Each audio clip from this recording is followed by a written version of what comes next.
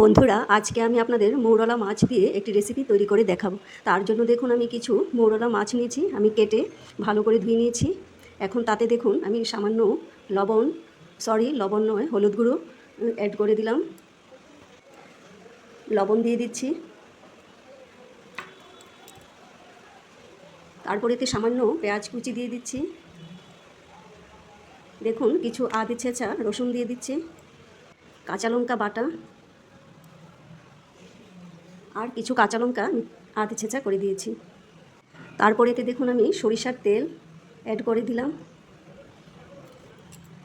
এখন এই মাছগুলোকে ভালো করে মিক্স করে নিচ্ছি।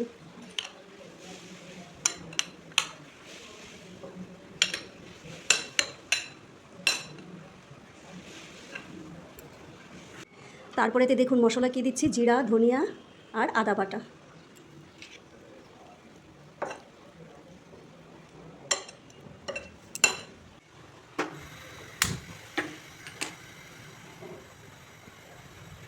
আমি রান্নাটা সরিষার তেল দিয়ে করব। কড়াইতে দেখুন সরিষার তেল দিয়ে দিলাম। পেঁয়াজ কুচি দিয়ে দেখুন সম্বরটা দিচ্ছি আমি।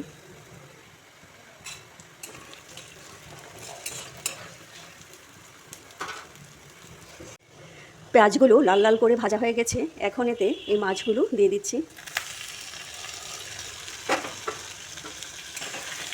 মাছগুলোকে অল্প কিছুক্ষণ সময় একটু কষিয়ে তারপর জল দিয়ে দেব।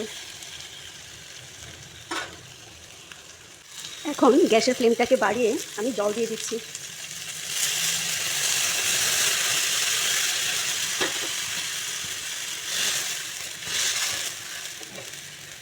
এটাকে আমি এখন 1 সেকেন্ডের মতো আমি ঢেকে দেব।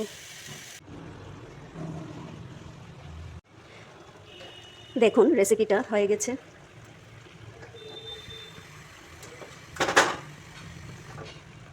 দেখুন এই মৌরলা মাছের রেসিপিটা কত দুর্দান্ত হয়েছে।